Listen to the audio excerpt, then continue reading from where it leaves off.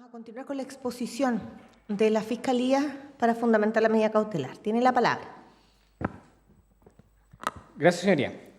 Continuando con la exposición de antecedentes y haciendo presente que nos quedamos justamente en el hito de fines del mes de septiembre del año 2022, ocurre que ya durante el curso del mes de octubre de ese año comienzan a gestionarse una serie de actividades por parte de doña Susana Alarcón en conjunto con el señor Manuel Fernando Mora Chepo, que estaban en sintonía con la finalidad de reelaborar estas postulaciones frustradas que se habían propuesto al GORE de la Araucanía y que en la práctica tienen su hito el día 14 de octubre del año 2022, cuando son presentadas por segunda vez. Acá hay un punto relevante, su señoría, y es que, si bien lo recuerda, dentro del curso de la formalización, el relato de los hechos, se indica que hay una serie de secuencias de pasos dentro de la tramitación de una postulación, que incluso si uno suma la cantidad de días totales, esto aproximadamente cubre un ámbito o curso temporal de aproximadamente 29 días. La postulación de estas fundaciones de FOLAP y EDUC en la práctica es absolutamente excepcional respecto de esa forma de gestión de postulaciones, en cuanto es única y exclusivamente ese día, el día 14 de octubre del año 2022, donde se presentan estas postulaciones y se desarrolla todo el curso causal para los efectos de generar la aprobación técnica de ambos proyectos y posteriormente todos aquellos trámites que ya van dirigidos a obtener el financiamiento mediante la transferencia de recursos públicos. Por tanto, siguiendo la línea de lo que hemos formalizado el día de hoy en cuanto a fraude al fisco, acá, de suyo, su señoría, fijamos este día, el día 14 de octubre del año 2022, como uno de los hitos relevantes, ya que viene a englobar todas las otras conductas funcionarias que realizaron, o omisiones también, los funcionarios Susana Alarcón y el señor Leonel Lepín durante el curso del mes de septiembre del año 2022, pero que ya en el día 14 de octubre del año 2022 se acentúan.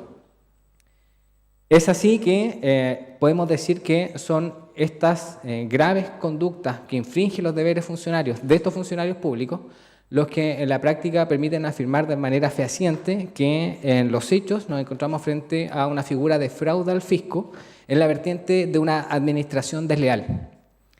Y esto siguiendo la lógica, su señoría, de que entendemos que la figura regular en el artículo 239 del Código Penal, por una parte, y en base a la interpretación más bien decimonónica o clásica que se le ha dado al tipo penal, está más bien asilada en una interpretación que dice relación con interpretar el verbo rector de defraudar o consentir en que se defraude, en una vertiente más similar al de la estafa.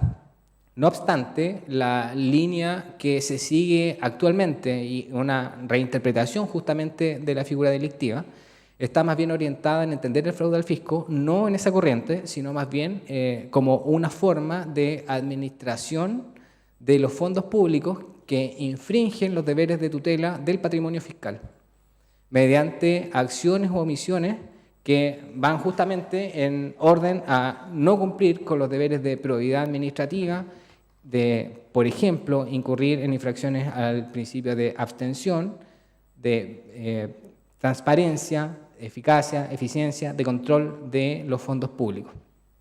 Y son justamente las acciones que hemos venido viendo durante el curso del mes de septiembre, las que también se canalizan en el mes de octubre del año 2022 y que generan la misma situación. Esto es, que en la práctica uno puede identificar que las operaciones que despliegan una serie de funcionarios públicos durante el curso de ese día, 14 de octubre del 2022, son operaciones que también, como lo ha indicado la doctrina, son realizadas por funcionarios públicos desde adentro, por funcionarios públicos que tienen deberes de tutela patrimonial y que son infringidos, justamente propiciando de esa forma que se genere un perjuicio para el Estado, que es el que se concretiza y permite entonces estimar que se da el supuesto de administración desleal pública o de defraudación fiscal del patrimonio.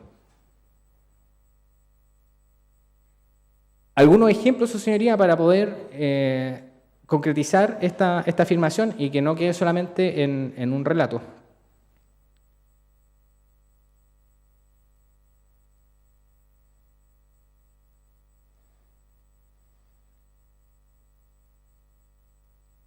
Acá estamos viendo peritaje a los metadatos, ahí sí. Peritaje a los metadatos que se realizaron por parte de la CRIM, de la Policía de Investigaciones de Chile, respecto de formularios de las postulaciones que se presentaron el día 14 de octubre. Estos son archivos Word que se lograron rescatar de una incautación específicamente del computador de la coimputada Susana Alarcón Rubilar, el computador que ella mantenía en el gobierno regional de la Araucanía. Entonces, por ejemplo, acá en el programa de nombre Programa Formación Oficio Mujeres Temuco, la persona que figura como autor del documento es doña Susan Claudia Alarcón Rubilar. El último autor o el último modificador del documento también figura a nombre de ella. Lo relevante es la fecha y hora, el 13 de octubre de 2022 a las 19:50 horas. Por tanto, la persona que intervino modificando el documento que es posteriormente presentado por doña Rinet Ortiz el día 14 de octubre es doña Susan Alarcón Rubilar, que como bien sabemos ya tuvo contacto previo con el señor Leonel Lepín y que también estaba en conocimiento de que estas son postulaciones que estaban al alero del diputado Mauricio Ojeda. Pero eso no queda ahí, y lo que ocurre es que ese formulario, esa postulación, es la que se presenta a primera hora del día 14 de octubre por doña Rinet, cerca de las 9:40, 9:42 horas respecto de ambas fundaciones. Ese mismo día se recepcionan en la oficina de partes, se remiten a una unidad que es la encargada de darle curso a la tramitación, que es la denominada División de Planificación y Desarrollo Regional, de PLADER. Esa unidad tenía que designar a 3 integrantes, quienes de manera autónoma e independiente debían efectuar una revisión técnica de estas postulaciones, y eso se genera aproximadamente a las 12 horas del día. Lo que ocurre, señoría, es que una vez que son remitidos al Comité Técnico de Evaluación, que está integrado por las funcionarias Cristiane Ciberchel, Paulina Gruen Rizopatrón y doña Celeste Sepúlveda Quintana, ellas efectúan una revisión de estas postulaciones. El problema es que ellas advierten que las postulaciones estaban incompletas. En particular, doña Cristiane Ciber, que también fue formalizada en esta investigación, le avisa a doña Camila Poff y le dice lo siguiente, una conversación de WhatsApp que aporta la propia imputada Ciber a la Fiscalía. Día 14 de octubre a las 13:17 horas.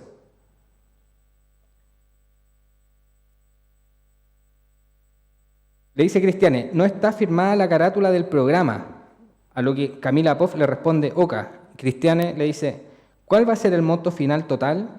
Camila Poff, espérame, estoy ajustando. Cristiane, me preocupa que no enviaron estatutos o documentación que acredite ser receptores de fondos públicos. Camila Poff, ese es el cuadro final para el anexo número 1. Cristiane, ok. Cristiane le dice, debieran enviar la minuta ejecutiva corregida con esos montos también. Entonces, Cristiane dice, los mismos montos para ambos programas, ¿cierto? Y así sigue la comunicación. Lo que da cuenta que en la práctica, su señoría, toda la regulación que está dada por el manual de admisibilidad para la postulación de estos programas, que está regulado por la resolución exenta 618, en ningún caso se observó por parte de estos funcionarios públicos. Ellos, al advertir este tipo de falencias, lo que debían efectuar era indicar que estaba observado técnicamente y el programa era, de esa forma, objeto de una serie de exámenes que tenían que corregirse por parte de la Fundación y reingresarlo. Lo que ocurre en la práctica no es así, es esto, lo que vemos en estos cuadros, y es que nuevamente, ya el día 14 de octubre de 2022, a las 14:26 horas, nuevamente aparece en el computador de doña Susan Alarcón Rubilar el programa Formación Oficio Mujeres Temuco. Su último autor o modificador, doña Susan Alarcón, a las 14:26 horas de ese día. La misma situación ocurre con el programa de formación de oficios para las mujeres de padres de las casas, que tiene como último modificador doña Susan Alarcón Rubilar. Incluso este archivo todavía da cuenta de lo que hemos venido diciendo, en el sentido de que existió una suerte de coautoría en la elaboración del instrumento de la postulación, porque aquí aparece como autor don Fernando Mora, quien justamente estaba realizando las acciones conjuntamente con doña Susana Alarcón para ello. La fecha de modificación de este programa, en el caso de Padre de las Casas, es a las 14 horas con 37 minutos. Una vez que ocurre eso, tenemos toda una trazabilidad con WhatsApp de doña Renata Ortiz Rivera, porque también estaba en conocimiento de esta situación. Ella vuelve a reingresar estas postulaciones ese mismo día, cuando en realidad eso, como sabemos, era objeto de una serie de secuencias de trámites formales que debían incluso arreglarse mediante memorándum.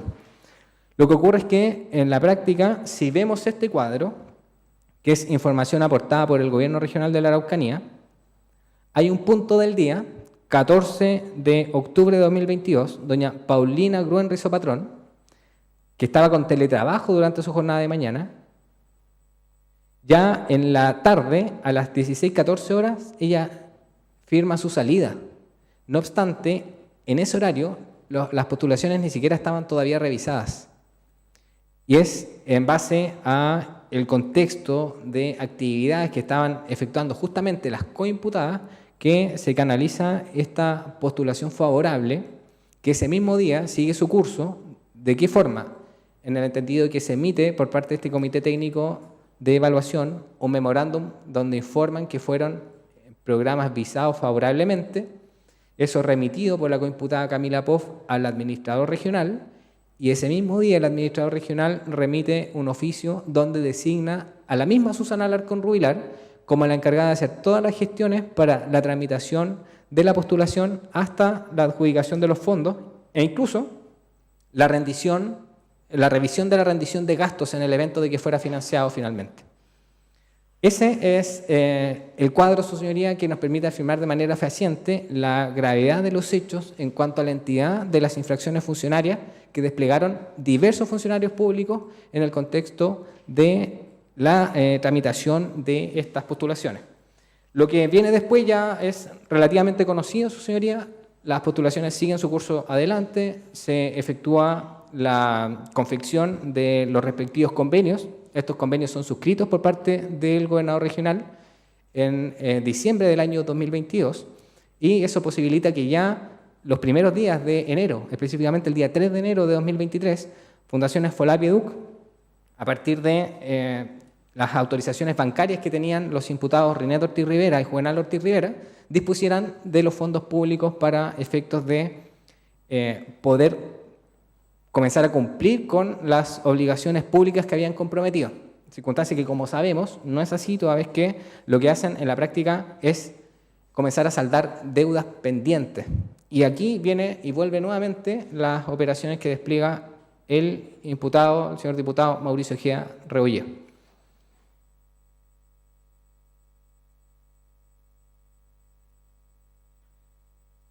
Ya con la transferencia de fondos públicos, una vez que son celebrados los convenios, que son recepcionados, como se indicó, en dos cuentas que se debían tener de forma exclusiva para la administración de esos fondos, uno para la Fundación FOLAP y uno para la Fundación EDUC, es que con fecha 4 de enero de 2023, aquí lo que estamos viendo, su señoría, es la cartola bancaria de el señor, el testigo, el señor Esparza. Vemos que se registran dos cheques que son cobrados por caja, uno por 26.800.000 pesos y otro por 5 millones de pesos. En la práctica, esa es la forma en que se da cumplimiento. Perdón, esta sería la cartola de la fundación. Y acá lo que vemos como cartola de Banco Santander es la que registra los mismos montos, pero ya depositados en la cuenta de inversiones inmobiliarias Doña Violeta, que como se puede apreciar, por corte bancario figuran con fecha 3 de enero del año 2023 y son por 26.800.000 pesos y por 5 millones de pesos. Esa es una situación que está refrendada también por la declaración del propio señor Esparza, que indica en su declaración, incluso acompañando todos los antecedentes bancarios al respecto,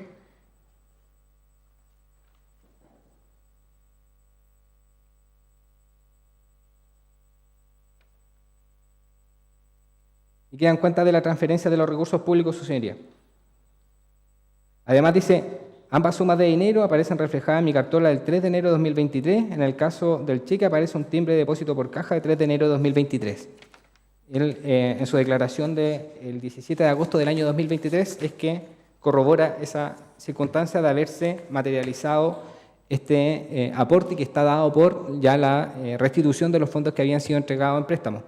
Haciendo presente a su señoría que en la práctica lo que ocurre acá es que el monto que se entregó por parte de él en el mes de octubre es de 30 millones de pesos. No obstante, lo que se devuelve por parte de Fundaciones Folapieduc es la suma de 31.800.000 pesos.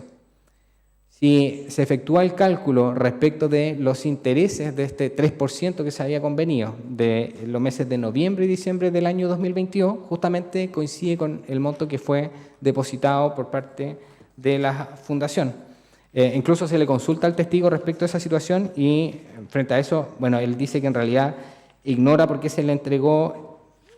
Voy a leer textual, dice, en definitiva, la suma recibida totaliza un monto de 31.800.000 pesos.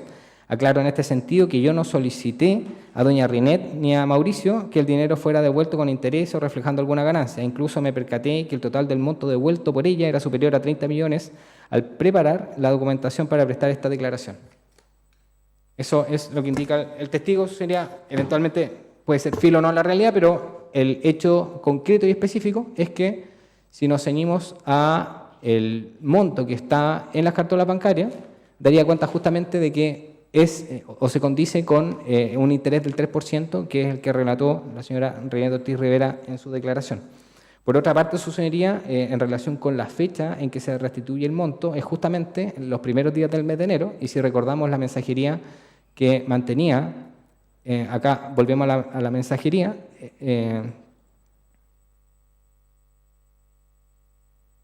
Sí, yo recuerdo decía 31. claro, hasta el 31 de diciembre, y él confirma un 100% en el sentido de que él es garante o da esa garantía de aquello. Eso respecto, su señoría, de la transferencia de fondos en restitución a el monto que había sido prestado a la Fundación por parte de este amigo del diputado Mauricio Ojeda.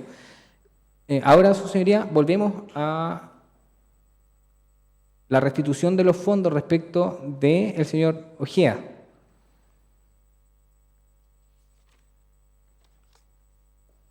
Acá me voy a centrar en un punto específico, y es que para hacer más eficiente la exposición, su señoría,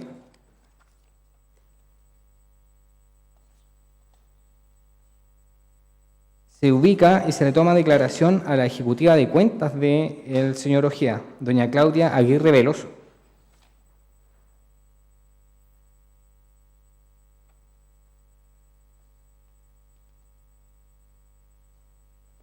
Y dice respecto de las gestiones crediticias que ella efectuó para el diputado Ojeda durante el curso del año 2022 lo siguiente.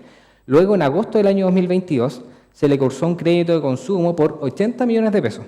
No recuerdo si fue un ofrecimiento mío como ejecutiva en oferta de productos o bien fue él que lo requirió expresamente. Esta tramitación me correspondió evaluarla y fue un crédito cursado el 18 de agosto de 2022 para compra de cartera por una deuda que mantenía en Banco de Chile por 23.200.000 pesos y para cancelar deuda interna del cliente con Banco Santander por la suma de 25.011.452 pesos. Quedando el saldo como de libre disponibilidad para el cliente, desconociendo los fines que Mauricio Ojeda pudo haber destinado estos fondos. Lo que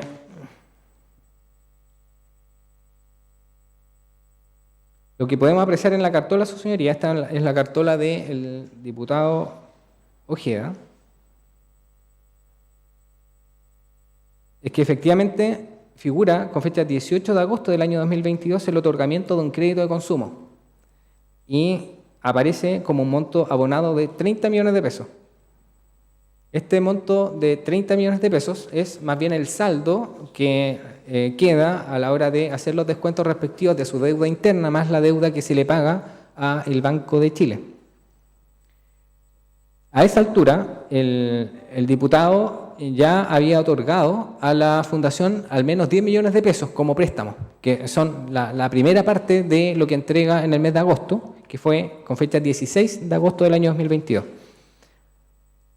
Recordemos que llega a 40 millones de pesos ese mes, y eso se da de la siguiente forma. Ocurre que con fecha 23 de agosto figura una transferencia a Automotriz Ojeda por 5 millones de pesos y un retiro por caja de 25 millones de pesos. Si nos vamos a la cartola de Automotriz Ojeda,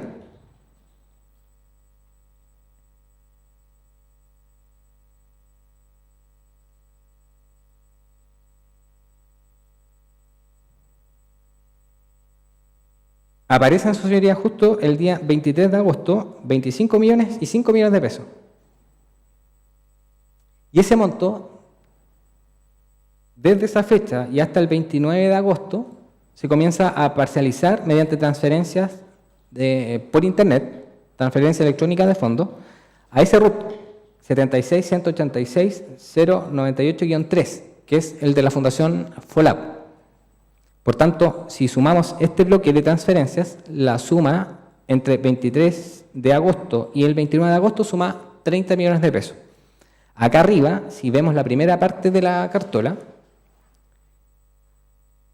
las transferencias que se destacan de fecha 16 de agosto son transferencias electrónicas a la misma cuenta del RUT de la Fundación, 2 transferencias por 4 millones y una por 2 millones de pesos. Por tanto, esa es la forma de acreditar que las operaciones que efectúa el señor Ojeda en el curso de agosto del año 2022 son por 40 millones de pesos y llegan efectivamente a manos de la Fundación. Por otro lado, si seguimos la cartola de Automotriz Ojeda, que es la empresa del diputado, el día 27 de octubre aparece una nueva transferencia por 5 millones de pesos, que es la transferencia que remite en esa oportunidad a la Fundación justamente en apoyo financiero.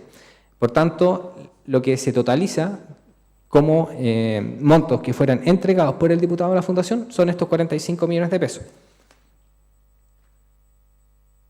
Una forma de ver el asunto sería que en realidad acá lo que operó era una forma noble de apoyar a una fundación o a una amiga que estaba en una dificultad económica y él teniendo la posibilidad de hacerlo producto de su condición. Pero lo que ocurre, su señoría, es que en la práctica el diputado Ojeda en esa fecha no tenía una situación financiera que le permitiera poder efectuar ese tipo de operaciones. La forma más gráfica de verlo, y también para ser fiel al relato de los hechos, es en base a comunicaciones de audio que el propio diputado le remite a su ejecutiva de cuentas, que son aportados por esta en su declaración. Hago presente, su señoría, que la declaración de la ejecutiva y estos respaldos de audio están contenidos en el informe 4.984 del 7 de noviembre de 2024 de la PDI. El primer audio se escucha, es un audio de WhatsApp que remite el diputado Ojeda a su ejecutiva de cuenta.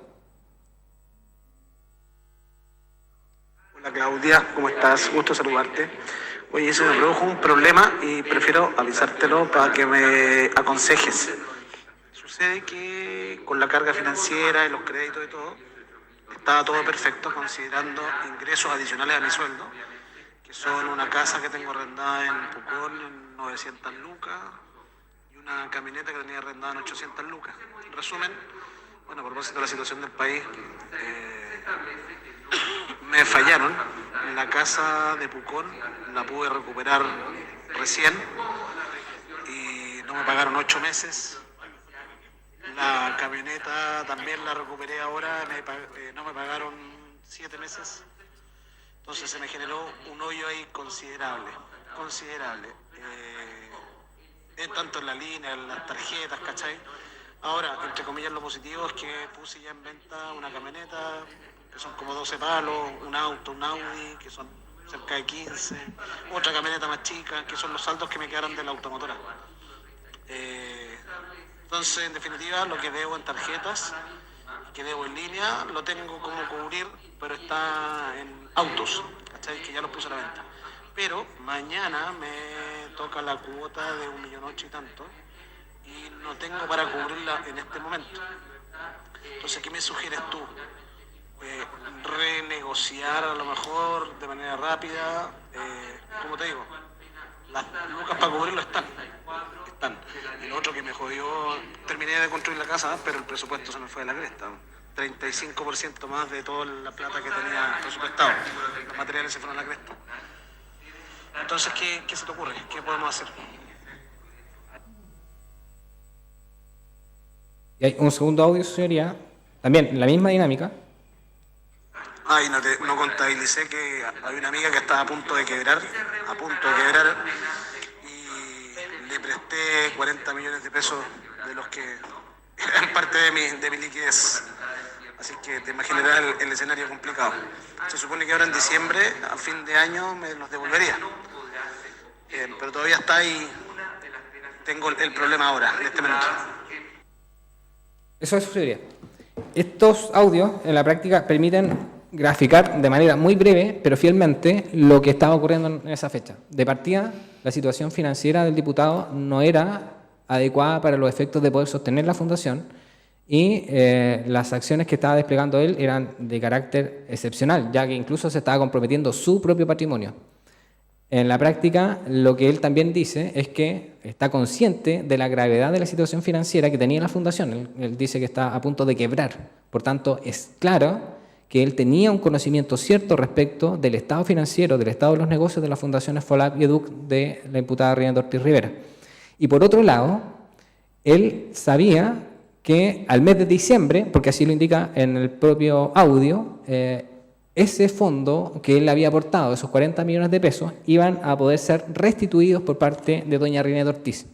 La pregunta es cómo él podía tener tal grado de certeza respecto de esa situación, si no era porque tenía claridad que, por una parte, se iban a aprobar estos convenios, se iban a suscribir por parte del gobierno regional y también que la imputada le iba a pagar, le iba a restituir los fondos.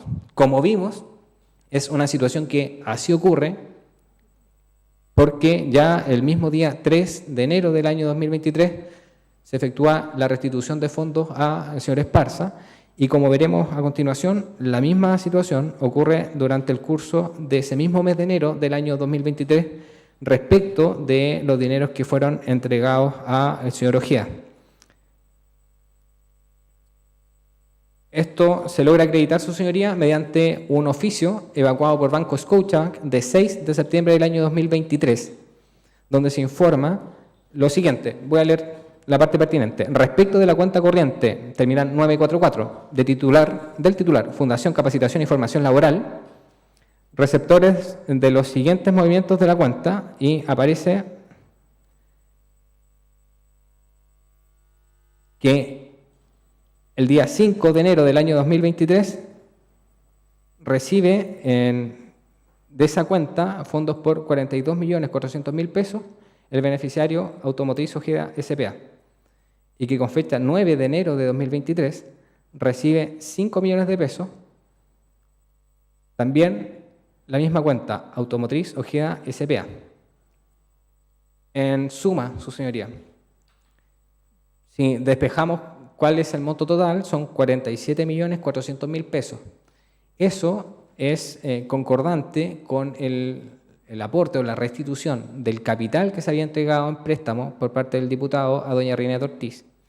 Y adicionalmente sería concordante con 2 meses de interés al 3%, que es lo que incluso la propia Reinaldo Ortiz Rivera detalla en su declaración, que fue lo que enteró mediante estas transferencias de enero. Si bien ese es uno de los hitos relevantes, creemos que el que más hay que resaltar es el que está dado por el rango temporal. Es justamente los primeros días del mes de enero, tan pronto se transfieren los fondos públicos del gobierno regional de la Araucanía en conocimiento de la situación crítica que mantenía la fundación y donde el diputado Ojeda recepciona esta alta suma de dinero de una entidad donde él estaba consciente que pocos meses antes, en el mes de octubre, cuando se generan estos audios, él sabía que estaba en una situación crítica. Por tanto, él, en el concepto de la Fiscalía, tiene dolo directo, tiene conocimiento específico de que los fondos que está recibiendo en enero del año 2023 son fondos públicos y que son justamente los que provenían del gobierno regional de la Araucanía. Y no solamente respecto de los fondos que fueron entregados o enterados a su cuenta automotriz Ojeda S.p.A., sino que también los 31.800.000 pesos que fueron aquellos que son transferidos a su amigo Patricio Esparza.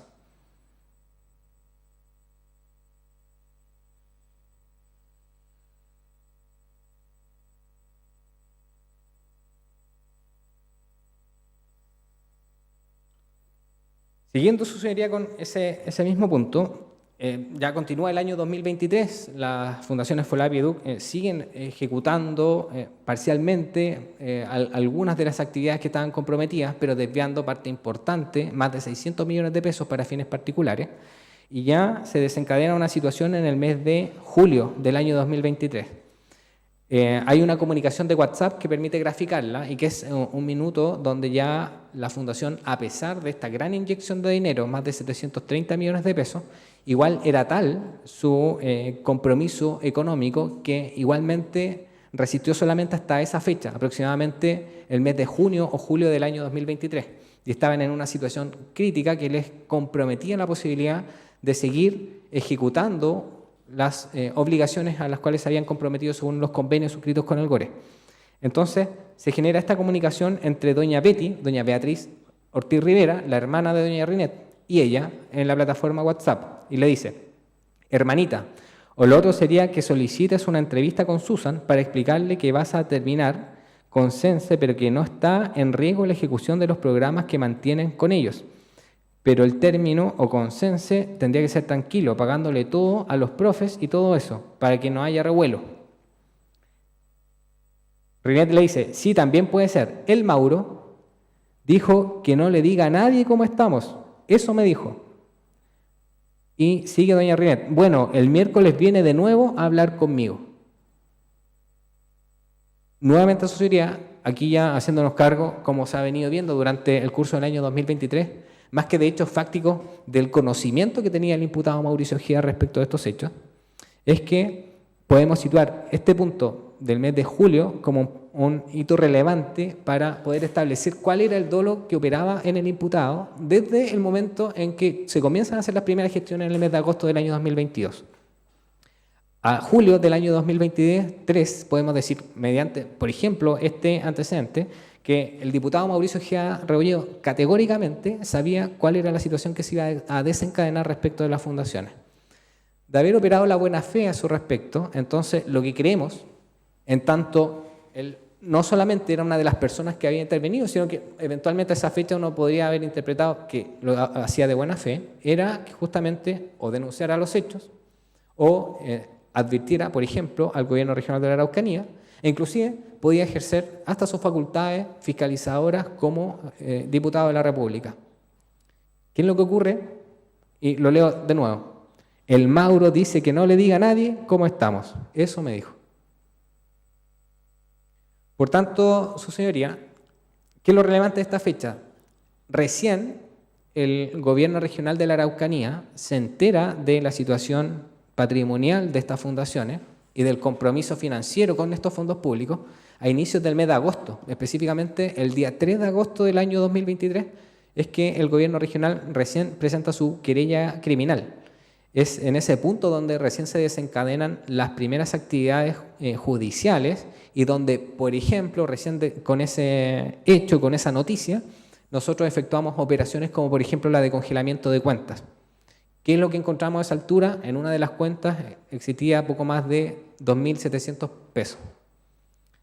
¿Qué es lo que hubiese ocurrido en el evento de que acá, por ejemplo, el diputado Ojeda hubiese obrado? Obviamente se hubiese recuperado un poco más. Pero claro está, lo que ocurrió en el entendido de la teoría del caso de la Fiscalía, es que en realidad acá el diputado Ojeda era parte de un grupo que estaba compuesto por particulares y funcionarios públicos del Gobierno Regional de la Araucanía, que tenía justamente esa finalidad, es decir, la de hacerse de fondos públicos del Gobierno Regional para efectos de desviarlos con finalidades particulares, que en la práctica se grafican, por ejemplo, en esta restitución de fondos de dinero en préstamo que no se hubiese podido concretizar en el evento de que el diputado no hubiese hecho las gestiones con el GORE para posibilitar la transferencia de esos más de 730 millones de pesos. Así se cierra el capítulo de la transferencia de fondos públicos del año 2022. Y para finalizar respecto de ese punto, de manera muy breve, su señoría, voy a acotar mucho las alegaciones que van quedando.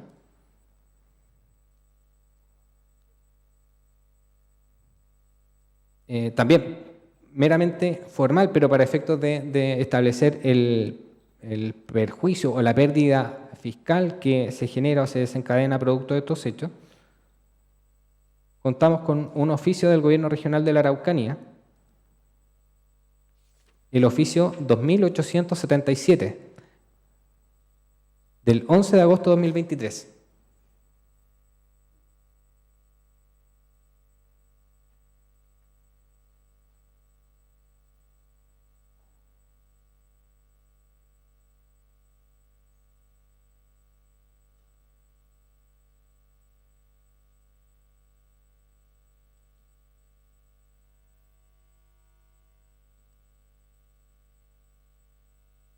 Mediante este oficio que es acuado por el administrador regional, se puede establecer de manera resumida cómo es la forma en que se aportan las rendiciones de los gastos mensuales. Entonces, de esa forma, establecer cuáles son los montos que fueron bien rendidos, entre comillas, versus aquellos que fueron transferidos para fines diversos. En la práctica, esto está en un desglose por fundación. En el caso de la Fundación FOLAB, de los 365.120.000 pesos, el monto que se aprobó entre los meses de enero a junio del año 2023 es más bien el monto rendido, 36.352.913 pesos. Y el saldo por rendir son 326.767.087 pesos. De ese monto por rendir es el que indiqué previamente, su señoría, que solamente se encontró en la cuenta que estaba dispuesto para ello la suma de 2.700 pesos. Por tanto, esa es la forma de graficar de manera clara y más precisa cuál es la pérdida fiscal que se desencadena producto de la conducta de los imputados. Respecto de la Fundación EDUC, lo mismo, el monto que se transfirió, 365.120.000 pesos. El monto que se rindió, 40.459.352 pesos. El saldo por rendir, 324.660.648 pesos. Como sabemos, al momento de congelamiento de la cuenta bancaria, en esta cuenta quedaba poco más de 20 millones de pesos. Por tanto, hay nuevamente el ejercicio para efectos de poder concretizar el perjuicio, la pérdida fiscal, que en la práctica, sumados ambos programas, son de más de 600 millones de pesos como afectación concreta. Sin perjuicio de eso, acá, su señoría, lo que estimamos es que incluso la afectación fiscal no es por ese monto, sino que es por el total de los convenios suscritos, ya que lo que se lesionó y la pérdida es a la expectativa del fisco de poder concretizar un programa social que en la práctica quedó interrumpido, y eso genera que en la materialidad de los hechos son 200 personas que no recibieron su capacitación de forma total, que no pudieron desarrollar su actividad en el ámbito de la estética y peluquería como microempresarias, que era justamente el mecanismo o la modalidad que se pretendía. Ahora, pasando muy rápidamente, su señoría, a lo que ocurre el año 2023 con la otra postulación, con el proyecto de turismo o fomento de turismo.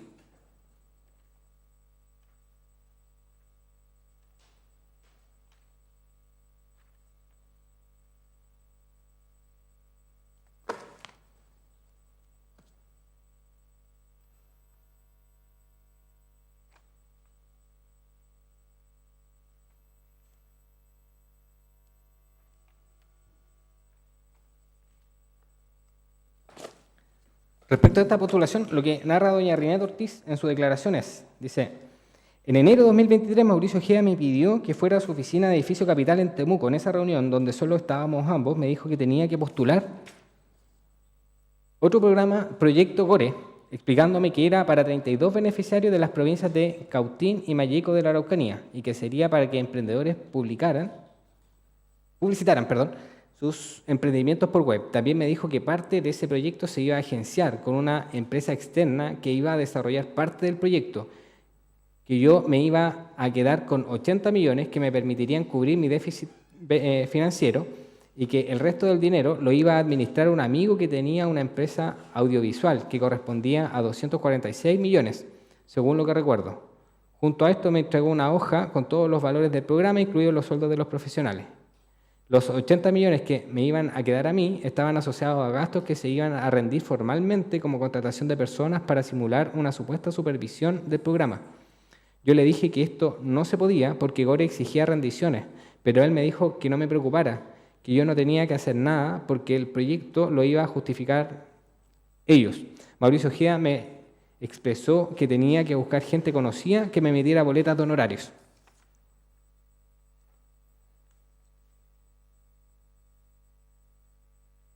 Eso en la práctica se comienza a generar, se hacen gestiones por parte de doña Rinette Ortiz Rivera. Ella facilita o contrata los servicios de un profesional que trabajaba con ella en este rubro de elaboración de programas, que es don Rodrigo Wetzel. Y por su parte, el propio diputado Mauricio Ojeda busca y gestiona el apoyo para efectos de facilitar la elaboración de esta postulación o este convenio mediante las labores que iba a desplegar su periodista, incluso contratada con fondos públicos del Congreso, doña Maribel Archiburri.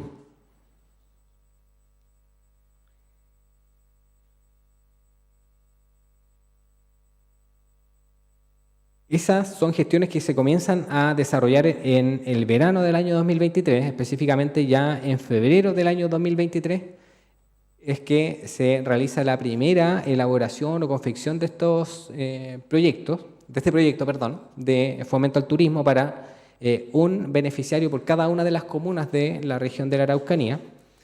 Es ingresado ya en el mes de abril del año 2023 al Gore de la Araucanía. Hay respaldos de comunicaciones de WhatsApp que dan cuenta de las gestiones que efectuaron de coordinación para la elaboración de este programa por parte de doña Maribel Archiburri y del señor Rodrigo Wetzel. Y además, como nuevamente ocurre una situación similar a la de las postulaciones del año 2022, donde la especificidad que se requería para elaborar este proyecto era de una entidad mayor, es que se ubica por parte de doña Rinette Ortiz Rivera a doña Lucila Loaiza Sangüesa, una funcionaria del gobierno regional de la Araucanía que comienza a desarrollar actividades justamente para poder confeccionar conjuntamente con los formuladores Rodrigo Wetzel y Maribel Archiburri esta postulación.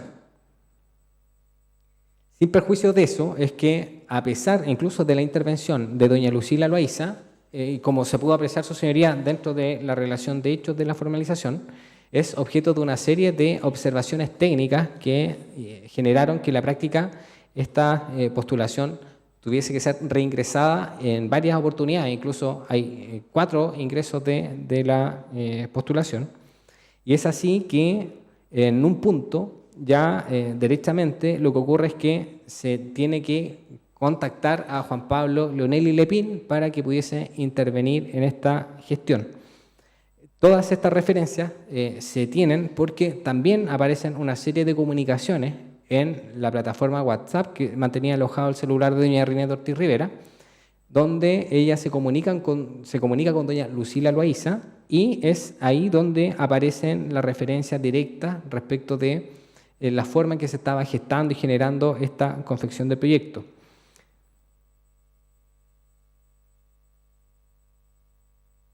Estoy buscando alguna parte específica de su señoría para no dilatarme en demasiado respecto a este punto. Ok.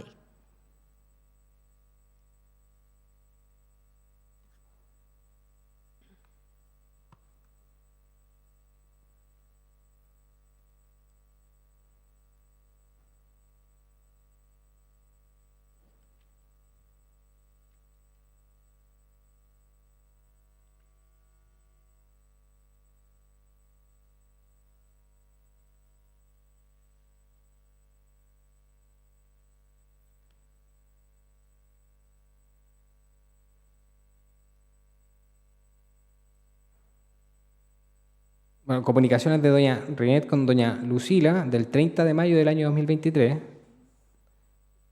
donde Rinet Ortiz Rivera, ya esto una vez que se había generado esta comunicación o contacto con Juan Pablo Leonelli, le dice: hoy me dijo Juan Pablo que converse con Susan para que me ayude a solucionar. Que es la misma dinámica que vimos previamente en las postulaciones del año 2022. A lo que responde doña Lucila es que pienso que podría llamarla como si pidiera orientación de cómo proseguir. Bueno, y también a Susan. Y después sigue: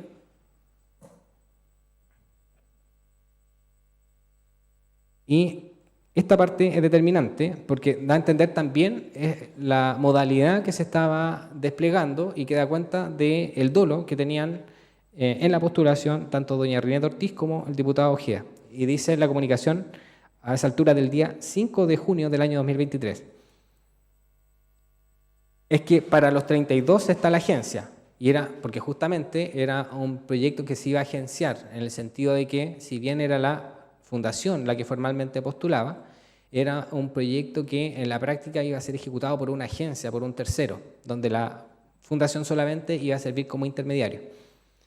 Entonces Lucila le pregunta: ¿y cuál es la agencia?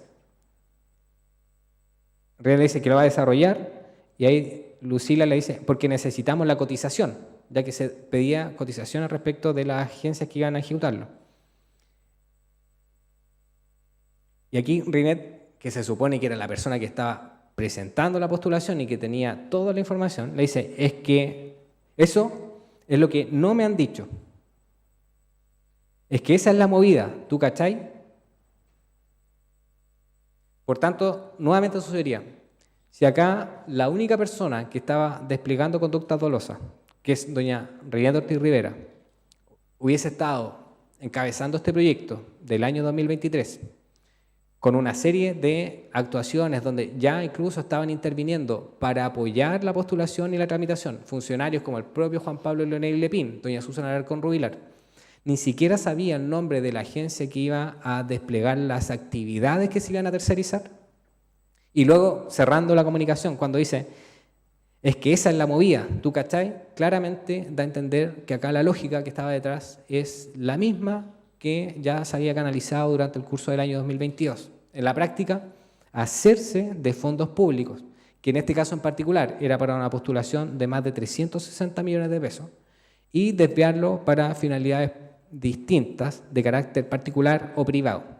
Por tanto, nuevamente volvemos a lo mismo, es que lamentablemente no existen otros antecedentes de corroboración que emanen directamente de, por ejemplo, el diputado Ojeda, del señor Leonelli Lepín, sino que solamente tenemos una parte de la historia que está contada por doña Rinet Ortiz Rivera y que está refrendada o corroborada en base, por ejemplo, a testimonios o estos antecedentes que son de comunicaciones, que eventualmente va a ser una de las alegaciones de la defensa.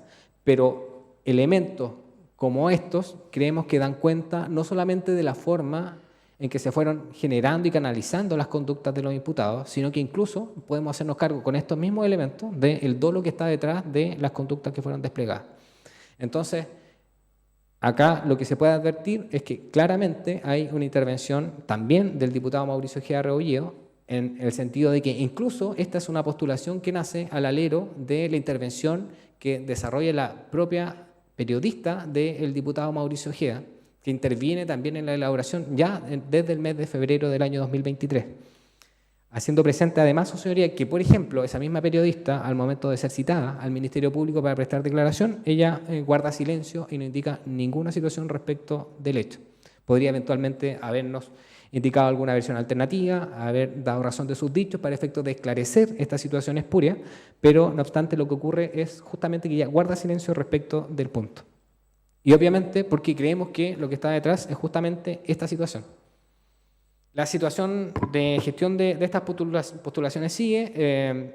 Hay un oficio del Gobierno Regional de la Araucanía que da cuenta de toda la secuencia de tramitación, su señoría, y que incluso era una postulación que estaba en curso al mes de junio del año 2023, que es justamente cuando se desencadenan todos los episodios de los casos convenios a nivel nacional, lo que genera en la práctica que se impida ya por una situación externa o de fuerza mayor la gestión de estas postulaciones, ya que los controles se robustecieron y, entre otras cosas, por ejemplo, los GORES, en particular el Gobierno Regional de la Araucanía, que es la entidad que hemos podido analizar, comenzó a exigir, por ejemplo, una serie de garantías de suficiencia mayor que aquellas que se estaban exigiendo al año 2022, incluso la primera parte del año 2023, que eran meras letras de cambio. Esa es la circunstancia de soberanía que estimamos ya desde el punto de vista de los ilícitos que han sido formalizados. Para ir finalizando, el acápite de presupuestos materiales da cuenta de la intervención del diputado Mauricio Ojeda Rebolleo como extraños del delito de fraude al fisco en la vertiente o la interpretación del delito como un fraude al fisco por administración desleal, donde los funcionarios públicos que comprometen actuaciones reñidas con la regulación legal y administrativa del órgano en cuestión son los que ya se han indicado, y donde el señor diputado interviene como una suerte de nexo y en la práctica como el ente que origina justamente esta serie de conductas que se despliegan tanto por los particulares como por los funcionarios públicos, y todas de forma armónica y concertada en el tiempo.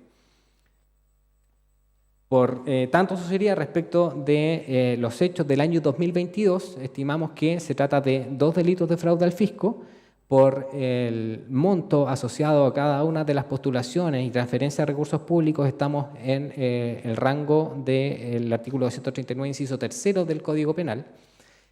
Hacerme cargo respecto de la reiteración delictiva, en el sentido de que entendemos que acá lo que opera es que, como se utiliza por una parte 2 entidades privadas, 2 fundaciones, donde cada una de ellas efectúa 2 postulaciones diversas, cada una de estas postulaciones es sometida a tramitaciones internas distintas.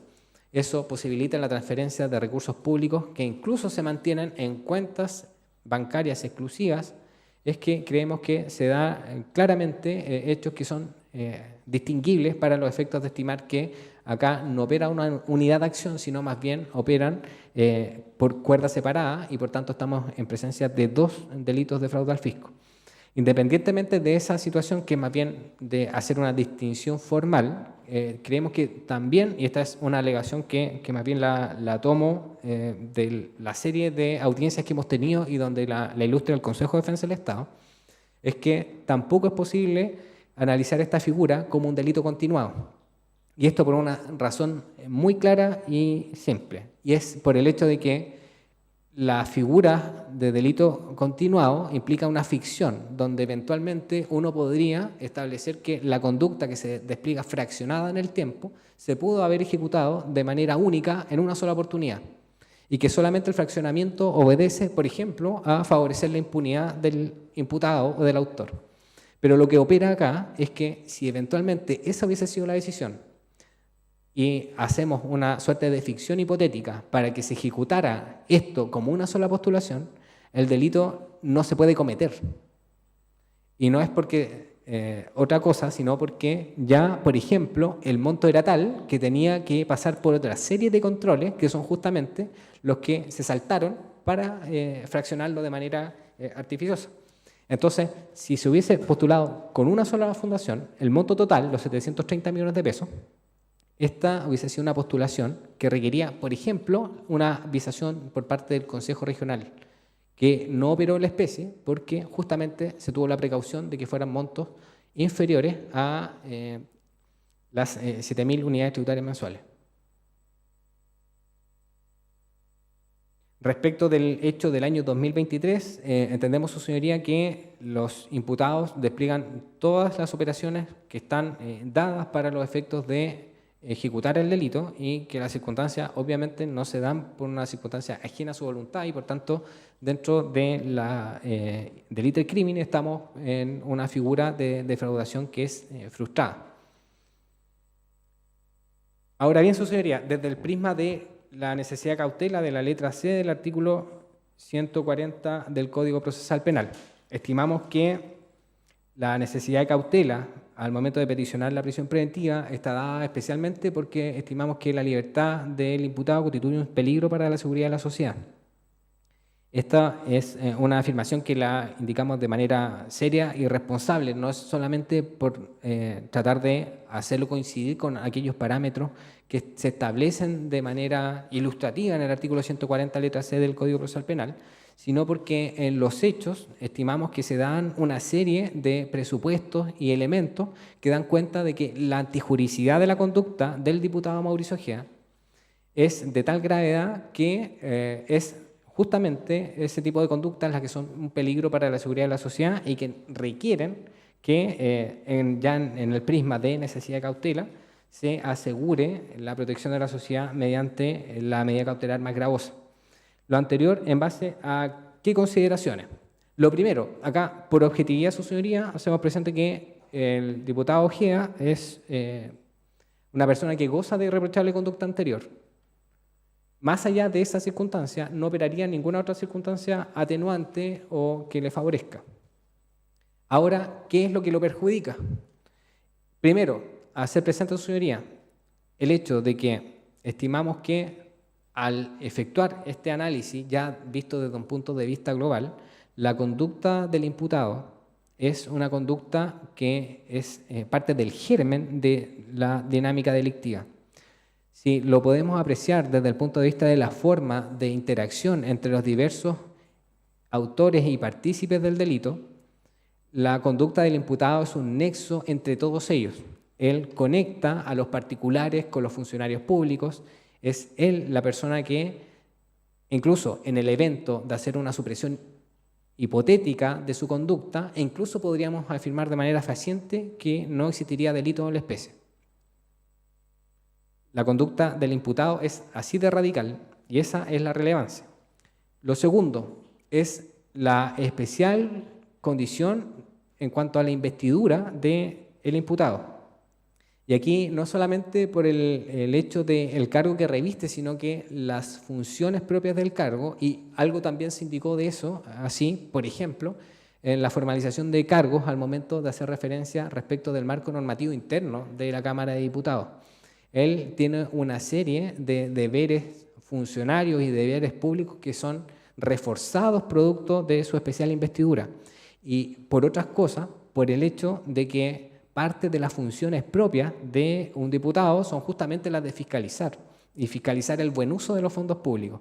Acá lo que operó es la situación abiertamente contraria, y es que él, aprovechándose justamente de esa condición, de su investidura, es que aprovecha la misma para efectos de tener estas comunicaciones y privilegios con funcionarios públicos, como por ejemplo el jefe de gabinete del gobernador regional, y de esa forma comenzar a hilar toda esta secuencia delictiva. Tercero, la circunstancia del alto monto comprometido producto de la dinámica delictiva. Acá, si bien el hecho del año 2023 es un hecho frustrado que en la práctica no comprometió materialmente el buen uso de recursos públicos, en el caso del año 2022 nos encontramos con una figura absolutamente diversa y es un compromiso abierto y fehaciente de la finalidad pública, tanto por el monto comprometido, más de 730 millones de pesos, pero también por la afectación que se genera presuntamente producto de la inejecución de estas finalidades públicas. Y lo que ocurre en la especie es que, producto de que estos fondos públicos fueron desviados, más de cerca del 13-14% de los fondos incluso fueron destinados a pagos de créditos que el propio diputado Ojea entregó o comprometió de tercero, es que se genera una afectación a 200 personas, pero no cualquier persona, sino que a mujeres del 60% más pobre de la población, comprometiendo incluso la posibilidad de ingresos familiares, con la afectación para núcleos familiares que contaban con esa posibilidad para efectos de poder tener una sustentación económica y familiar. Por tanto, su señoría, ya desde el punto de vista de la antijuricidad de la conducta, esa entendemos también es una situación que se debe ponderar a la hora de establecer cuál es el grado de necesidad de cautela que ha de pesar respecto al imputado. Y lo anterior, sumado a ya las circunstancias formales en cuanto a la gravedad de los delitos formalizados de fraude al fisco del artículo 239, inciso 3 del Código Penal, los cuales dan cuenta de delitos que comprometen pena de crimen, que por la reiteración implican eventualmente un rango de pena donde la sanción probable incluso se puede proyectar recién desde 10 años y un día de privación de libertad hasta 15 años. Y el hecho del número de delitos, la circunstancia no menor de haber operado con un grupo de personas que también intervinieron, tanto extraños como entraños del delito. Y en la práctica, su señoría, el hecho de que desde el punto de vista de las acciones del imputado, estas también han sido acciones que en ningún caso han sido en línea con la posibilidad de colaboración con la Fiscalía.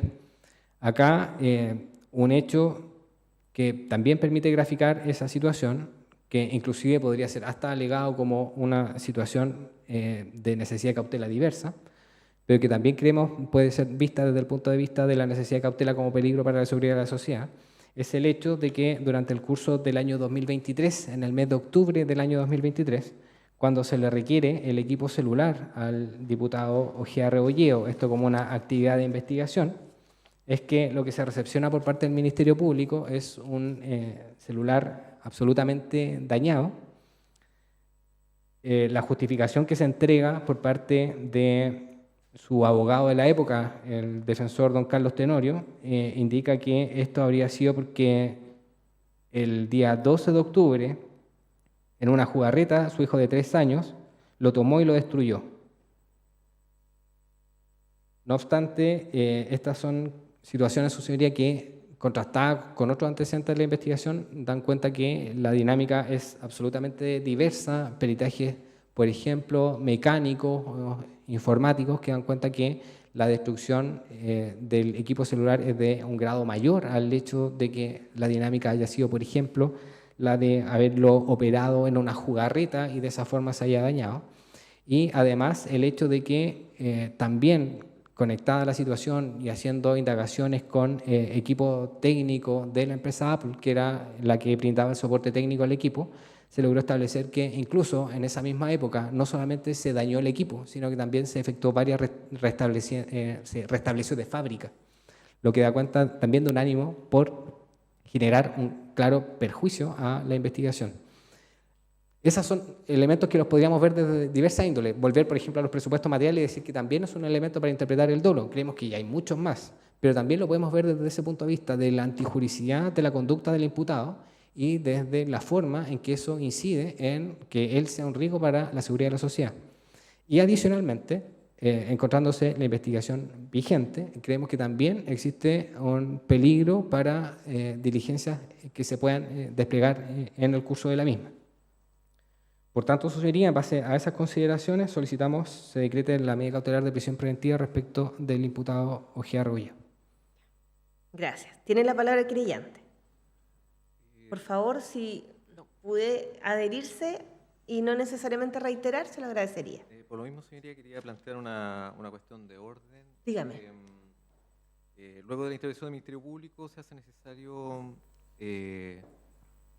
eventualmente hacer algunos ajustes a la presentación que tenía previsto para el día de hoy. Yo propongo continuar el día de mañana, si lo tiene bien y no existe inconveniente por parte de los demás intervinientes. ¿Inconveniente la Fiscalía? ¿No? ¿Sí? ¿La defensa? Señoría, entiendo que estamos en la audiencia y usted ya le ha dado la palabra al querellante para realizar su alegación. No creo que dilatarla ayude, sino que al contrario va a perjudicar toda vez que va a requerir más tiempo de mañana y preferiría la defensa, ¿cierto?, ya que es extensa la argumentación, conocer la argumentación para de esa manera poder contestarla de manera acabada y resumida el día de mañana, cosa que no se lograría si el colega no realiza su alegación ahora. Bien, única y exclusivamente para no desordenar el debate de la audiencia y considerando que el abogado querellante forma parte del ente persecutor también en este estadio procesal, el tribunal va a hacer un receso de 20 minutos para que pueda ordenar su alegación y luego continuamos con su alegación de inmediato, para efectos del día de mañana poder escuchar al defensor. Muchas ¿Ya? gracias. Vamos a hacer un receso de 20 minutos.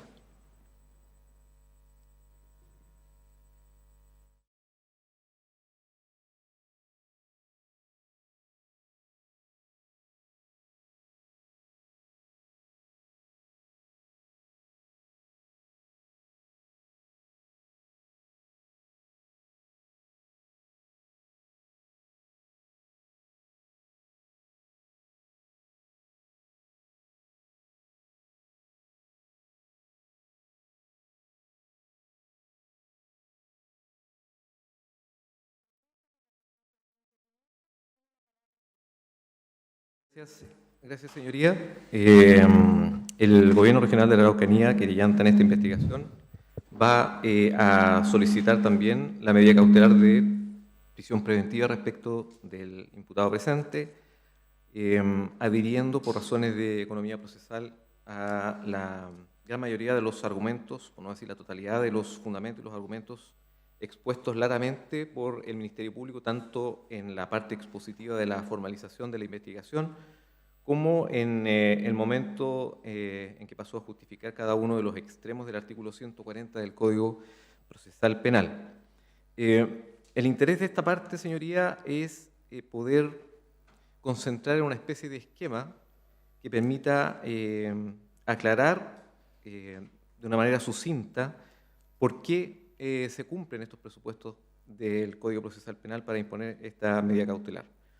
Y este esquema dice relación con una pregunta que es, desde nuestro punto de vista, importante, que es, ¿el señor Ojeda es una persona ajena absolutamente a los hechos en materia de investigación o tiene un vínculo con esta investigación? Hay que partir de ese punto. Todo lo expuesto por el Ministerio Público no solo descarta esta ajenidad o no empecerle estos hechos, sino que por el contrario lo ubican en una línea de ejecución bastante estrecha, como se ha señalado.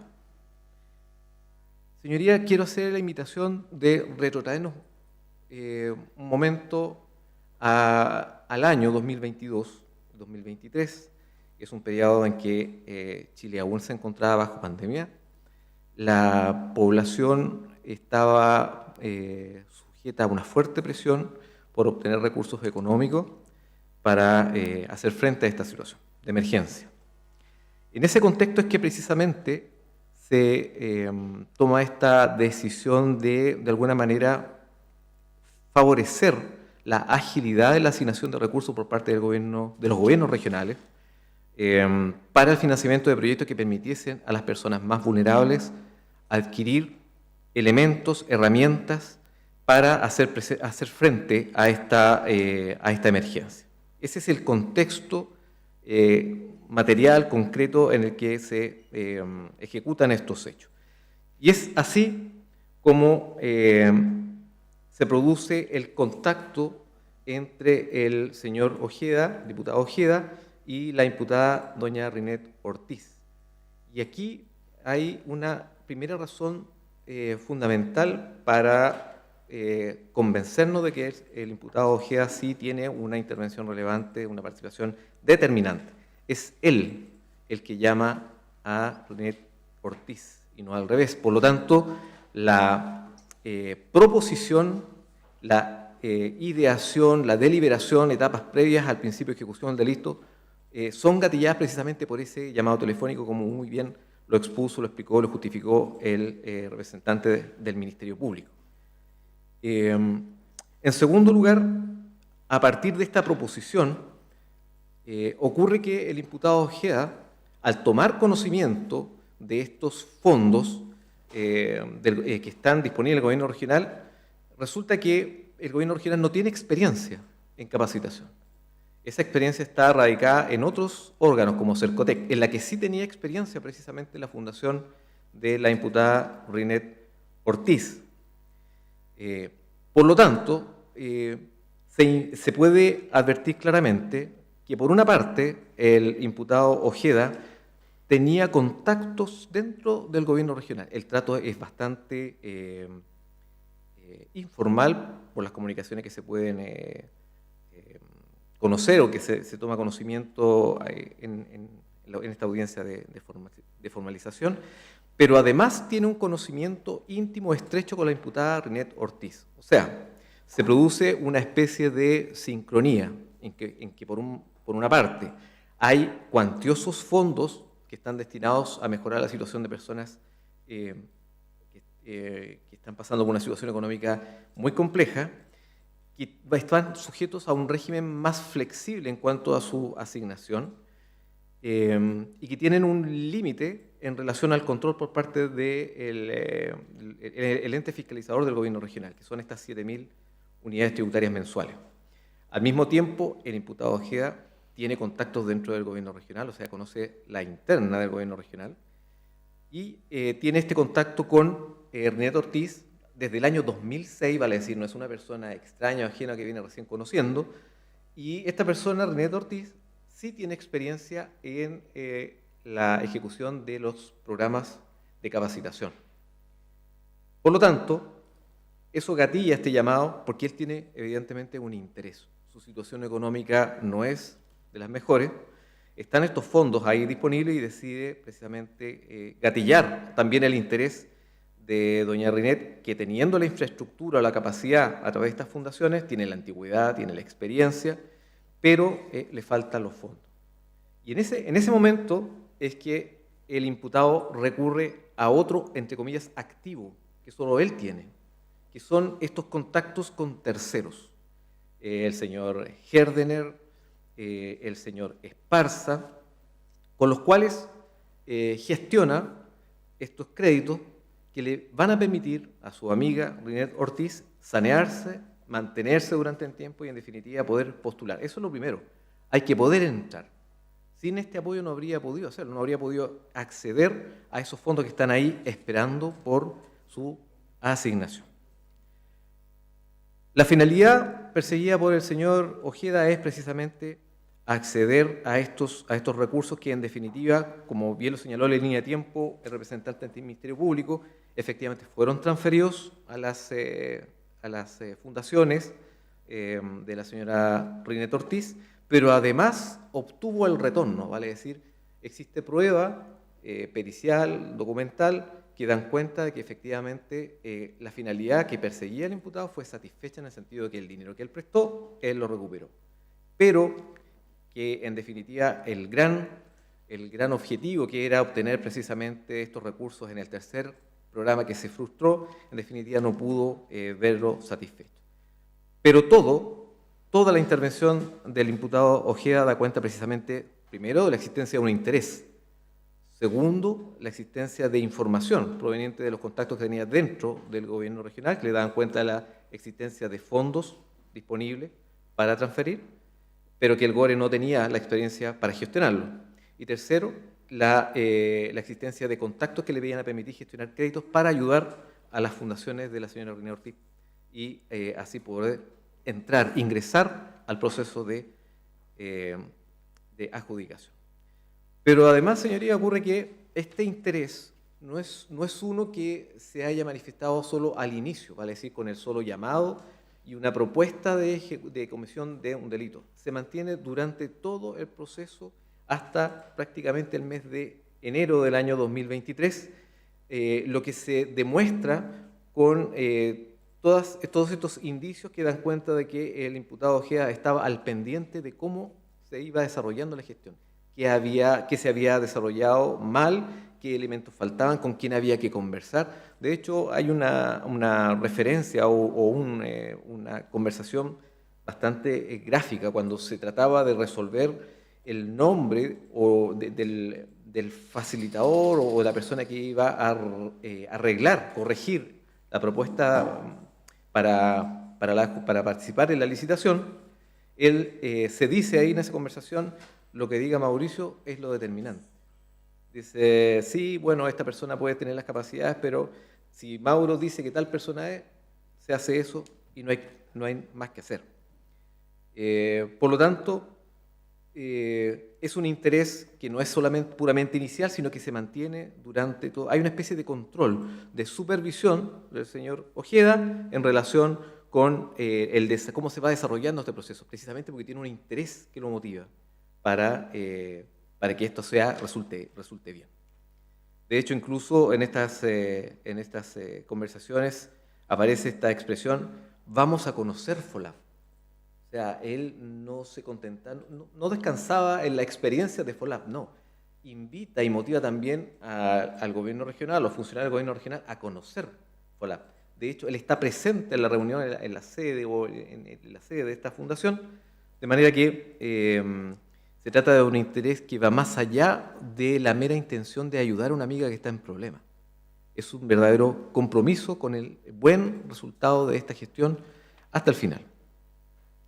Y para redondear, digamos, esta idea que a nuestro modo de ver resulta importante, me gustaría solicitar al representante del Ministerio Público, si es posible, exhibir una fotografía que está contenida dentro de un informe policial que da cuenta de una reunión ocurrida en el mes de agosto del año 2022 en el departamento del coimputado Juvenal Ortiz, que ubica precisamente al imputado en el ascensor de este edificio en compañía de don Juvenal Ortiz y doña Ernet Ortiz.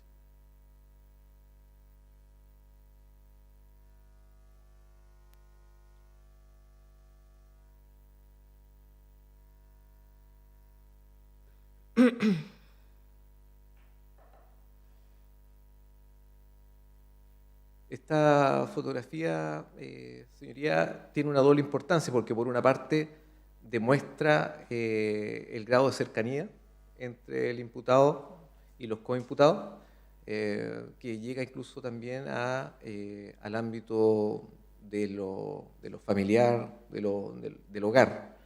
Y también demuestra el interés del imputado. Esta es una reunión que se produce pocos días después de la presentación de la querella del gobierno regional. Después de la querella. Sí.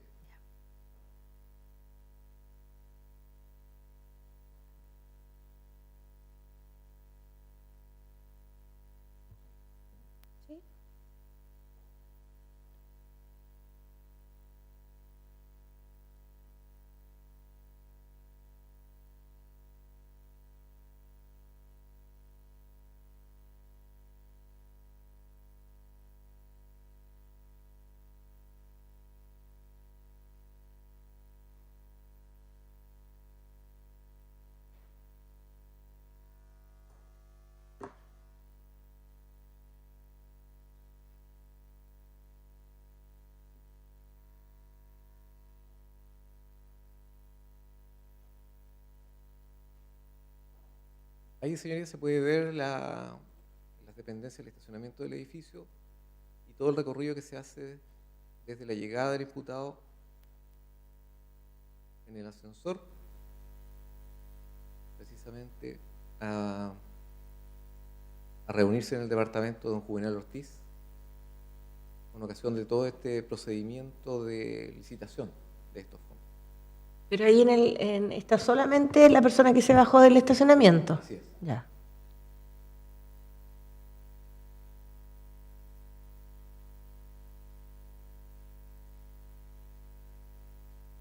Ahí está la fecha y la hora, agosto del año 2023.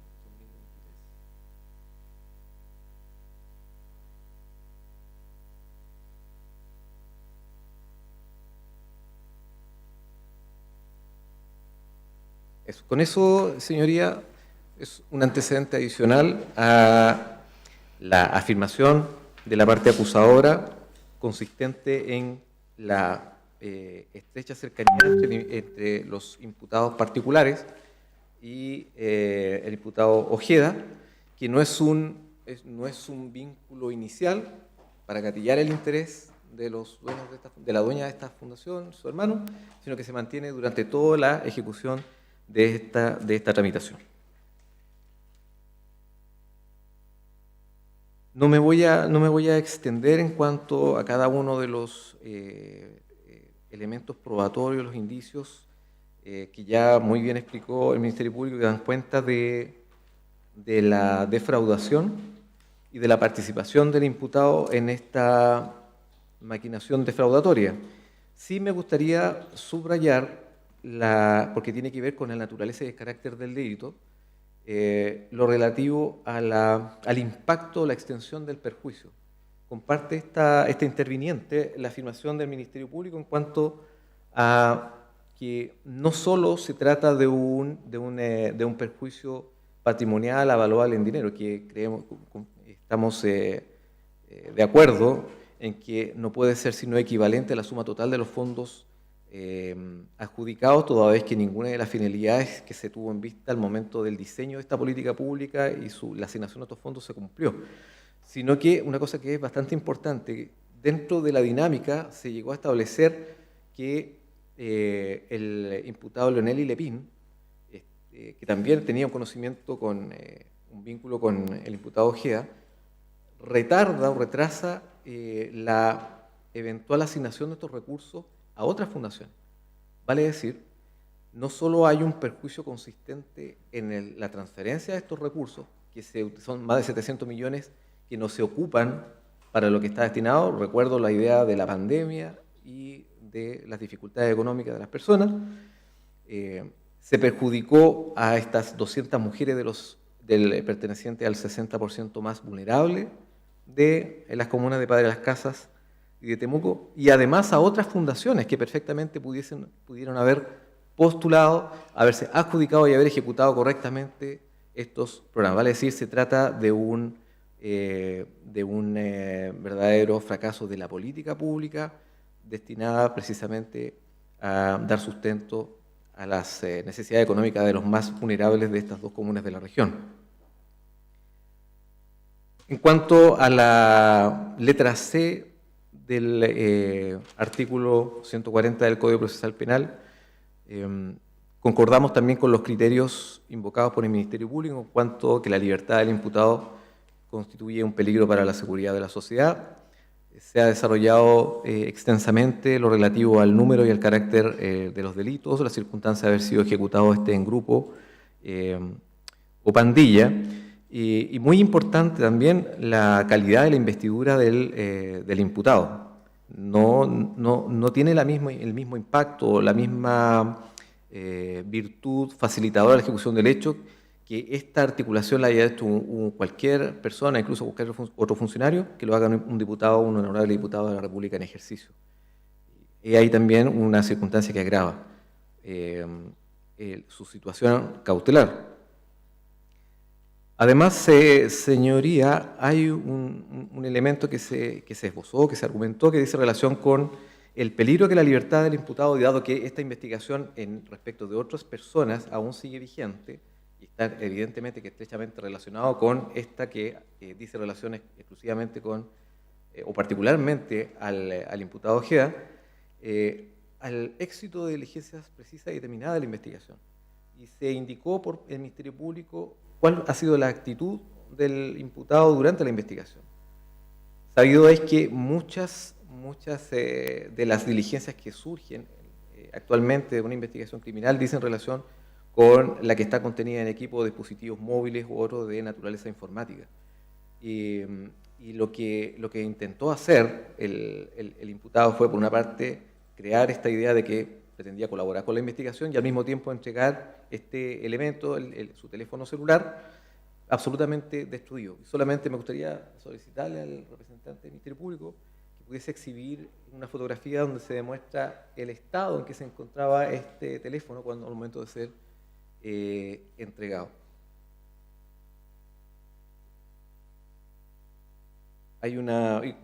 Esto se justifica porque hay una explicación alternativa a la defensa, que es que su hijo habría causado este daño. Creemos que con esta evidencia gráfica es el nivel de deterioro, el impacto, no es compatible con una actividad desarrollada por un menor.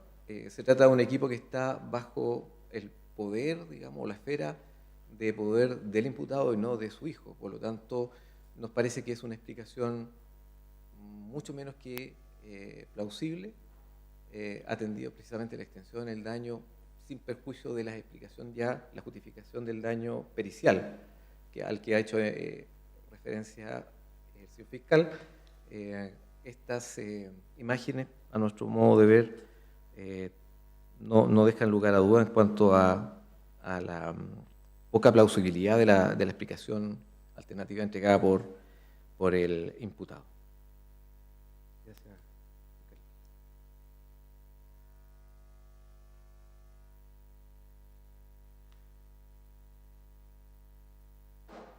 Solamente para finalizar, señoría, compartimos la calificación jurídica del Ministerio Público, vale decir que se trata de delitos reiterados de fraude del fisco. El grado de ejecución de los hechos 1 y 2, por poner un orden, digamos, las transferencias para los programas de capacitación de las fundaciones FOLAP y EDUC están en grado de consumado. El relativo al proyecto de fomento del turismo, efectivamente, es un grado imperfecto de frustración, y que la participación del señor Ojeda es la de un extraneus a pesar de tener la calidad de funcionario público. Pero no teniendo, digamos, en la calidad de funcionario del gobierno regional, creemos que la propuesta hecha por el Ministerio Público se ajusta a las razones doctrinarias que permiten justificar precisamente que se trata de un extraño para los efectos de entender la dinámica de los hechos. Pero si alguna duda pudiese caber en relación a al título que permite justificar desde el punto de vista penal la intervención o la cautela del señor Ojeda, es que hay resoluciones judiciales, incluso los tribunales superiores, particularmente de la Ilustrísima Corte de Apelaciones de Temuco, que ha mantenido, conociendo estos antecedentes, la medida cautelar de prisión preventiva respecto de los coimputados Rinet y Juvenal Ortiz, que son absolutamente extraños, son particulares extraños, no son funcionarios públicos, han sido imputados por fraude al fisco y están en prisión preventiva. ¿Con cuánta mayor razón entonces, señoría, debemos entender que la situación del señor Ojeda es precisamente la que está contenida en la propuesta de la formalización que hemos escuchado hoy día por parte del Ministerio Público?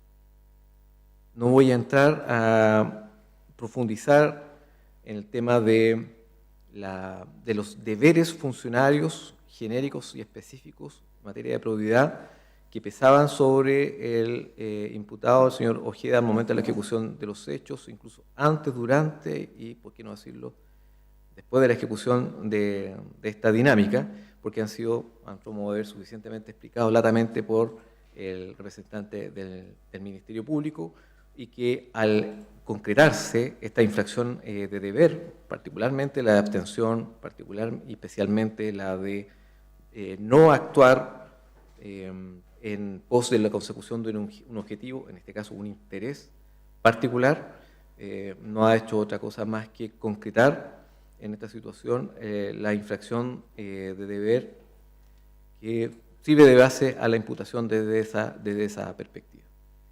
Por estas consideraciones, señoría, solicitamos respetuosamente que se decrete la medida cautelar de prisión preventiva, primero porque se satisfacen las exigencias del artículo 140, letras A, B y C del Código Procesal Penal, y no queda duda, a nuestro modo de ver, que solamente esta medida cautelar permite asegurar los fines del procedimiento, muy particularmente lo que dice en relación con las diligencias precisas y determinadas que están aún pendientes de ejecución en relación a los otros RIT relacionados o vinculados con esta causa, de suerte que, como ya he señalado, cualquier otra medida cautelar personal no permite certeza de que estos fines durante la tramitación del proceso puedan ser debidamente asegurados. Muchas gracias, señoría.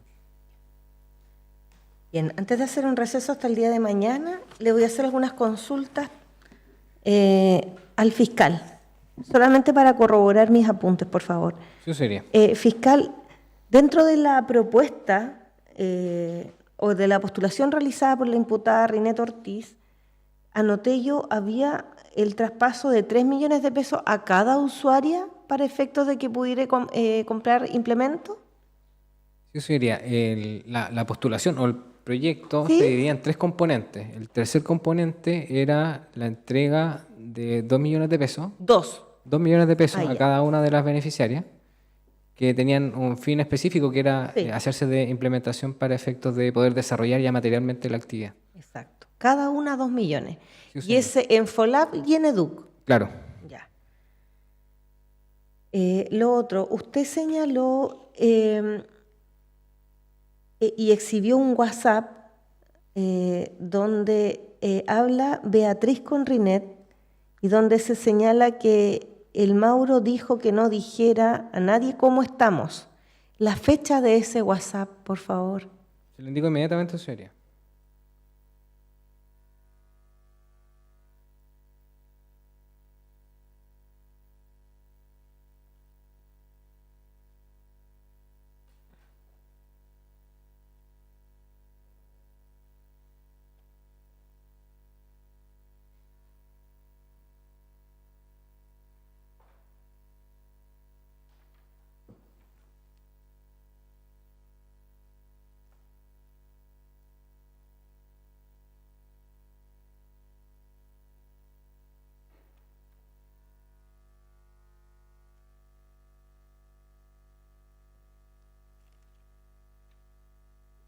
...8 de julio de 2023. Y respecto del tercer hecho, por decirlo de alguna forma, que es el ¿Sí? hecho con donde está Turismo Mayeco Cautín. Al principio, uno de los fundamentos de los presupuestos materiales fue la declaración de la coimputada Rinet Ortiz. A propósito de la exposición de ese antecedente, usted narró unos WhatsApp donde corroborarían que parte de los formuladores de este programa habrían sido Rodrigo y Maribel. Pero Sí. ¿eso lo saca la Fiscalía de la declaración de Rinet o tienen prueba de ese WhatsApp? El WhatsApp es un elemento que se obtuvo a partir de la incautación del equipo celular de don Rodrigo Betzel. Ah, Por tanto, es ajeno, no emana de doña Rinet Ortiz. ya. Es que ese no lo exhibió, Sí, me perdón. parece. Ya. No, bueno, lo Pero- tengo, sería para efectos de exilio, sí.